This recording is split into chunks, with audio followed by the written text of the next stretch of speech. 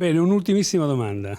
Il tema delle grandi navi. Il ministro Franceschini recentemente è uscito dicendo che le grandi navi devono andare da altre parti.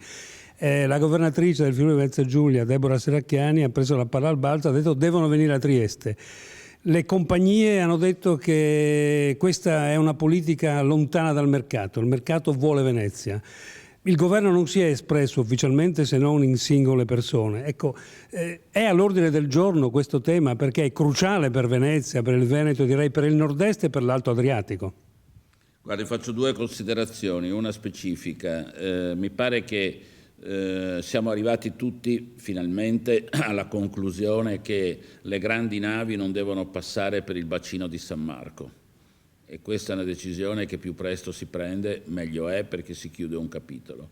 Dopodiché io penso che, detto questo, le grandi navi possano trovare nell'ambito della laguna una soluzione credibile ed accettabile, e questo è quello che il governo deve fare scegliendo tra le varie proposte in campo. Quindi è possibile immaginare che le grandi navi restino a Venezia, rendendo chiaro il fatto che c'è un punto dove non possono esserci e non possono passare per scelta condivisa di carattere internazionale. Però aggiungo, lo dico a me stesso e a tutti gli altri, il tema delle grandi navi e il tema della portualità in generale presuppone un salto mentale.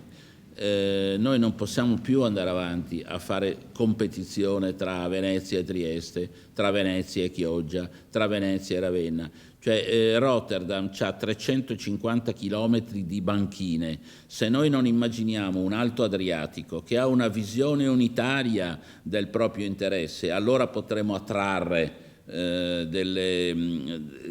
bacino del Mediterraneo è tornato ad essere centrale, le navi escono da Suez e vengono da Singapore. Se trovassero una buona sistemazione anche logistica, sono sempre 2 o 3 giorni in meno che andare nel nord Europa, però ci vuole una visione integrata, quindi cominciamo a pensarla in quest'ottica e allora finiremo con le liti politiche ma daremo risposta ai territori.